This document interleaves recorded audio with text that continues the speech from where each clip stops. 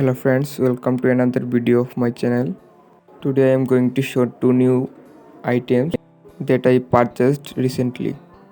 So this is Acrylic 12 shade paint set. I purchased it from online market shop. One thing is that for the very first time I am going to use it. After using it, I will share my experience about that.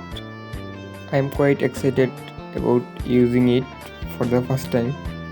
Let's take inside view of this acrylic paint set, and you can see there are 12 colors here. And the another new item is acrylic paint brush sets. You can see there are 10 brushes of different shapes and size.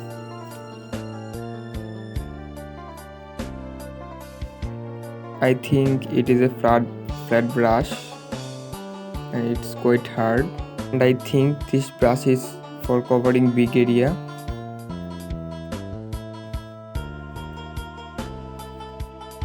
So by using these two new items, I am going to draw a picture.